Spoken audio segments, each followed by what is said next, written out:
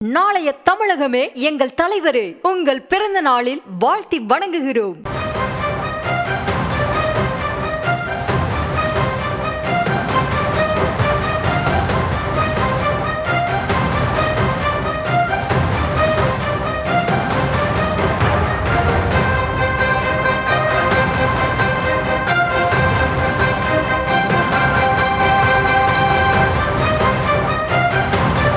செய்தியை பார்த்துக் கொண்டிருக்கிறோம்.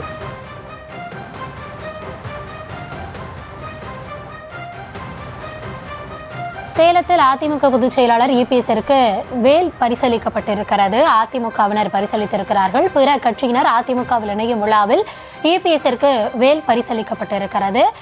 இது தொடர்பான விரிவான விவரங்களோடு இணைகிறார் எம்முடைய செய்தியாளர் ராஜேஷ். இன்னைக்கு இந்த முருக பக்தர்கள் மாநாடு நடைபெற இருக்கிறது. இந்த தருணத்தில் அவருக்கு வேல் பரிசளிக்கப்பட்டிருக்கிறது. அது மட்டுமல்லாது அவர்கள் தரப்புல இருந்து வாழ்த்து தெரிவித்தது, இது எல்லாமே முக்கியமாக பார்க்கப்படுகிறது. நிகழ்வு தொடர்பாகவும் இதனை தொடர்புபடுத்திய அரசியல் நகர்வுகள் தொடர்பான விவரங்களை வழங்கலாம்.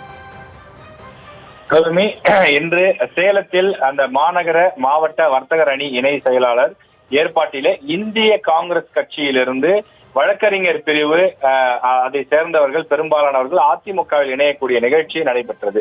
வழக்கமாக இது போன்று கட்சியிலிருந்து வேறு கட்சியிலிருந்து பிற கட்சியில் இணைபவர்களுக்கு சால்வை அணிவிக்கப்படும் அல்லது கையில் புத்தகங்கள் வழங்கப்படும்.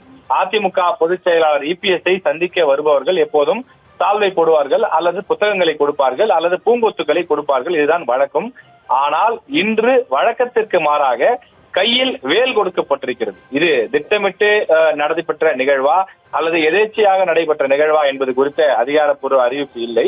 ஆனாலும் கூட இன்று முருக பக்தர்கள் மாநாடு நடைபெறக்கூடிய நிலையில் நாம் தொடர்ச்சியாக விரிவான பல செய்திகளை பார்த்திருந்தோம். இன்று கையில் வேல் கொடுக்கப்படுவது ஒரு அரசியல் ரீதியாக ஆன்மீக ரீதியான ஒரு சமிக்கையாக இது பார்க்கப்படுகின்றது. தொடர்ந்து அதிமுக இந்த மாநாட்டை எப்படி பார்க்கிறது என்ற கேள்விகள் எல்லாம் முன்வைத்து நாம் விவரமாக பல்வேறு விஷயங்களை அலசி இருந்தோம். இந்த நிலையிலே இபிஎஸ்க்கு வேல் கொடுக்கப்பட்டது ஒரு முக்கிய விஷயமாக பார்க்கப்படுகின்றது.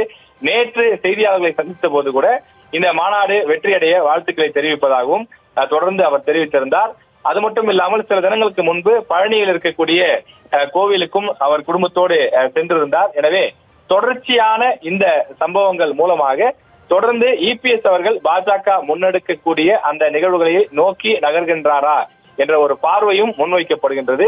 மாற்றுக் கட்சியினர் இணையக்கூடிய இந்த நிகழ்ச்சியில் இபிஎஸ் அவர்களுக்கு மாலை, ஒரு பெரிய பிரம்மாண்ட மாலை அணிவிக்கப்பட்டு அதனோடு முருகன் கையில் வைத்திருக்கக்கூடிய அந்த வேலும் வழங்கப்பட்டிருக்கிறது. இது வெறும் அரசியல் ரீதியாக மட்டும் பார்க்க முடியாது, ஒரு ஆன்மீக ரீதியாகவும் இதன் மூலமாக அவர்கள் என்ன சொல்ல வருகிறார் என்பதும் உற்று நோக்கக்கூடிய ஒரு அரசியல் சார்ந்த விஷயமாக இது பார்க்கப்படுகின்றது.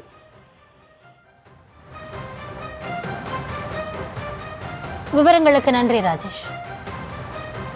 நாளைய தமிழகமே எங்கள் தலைவரே, உங்கள் பிறந்த நாளில் வாழ்த்தி வணங்குகிறோம்.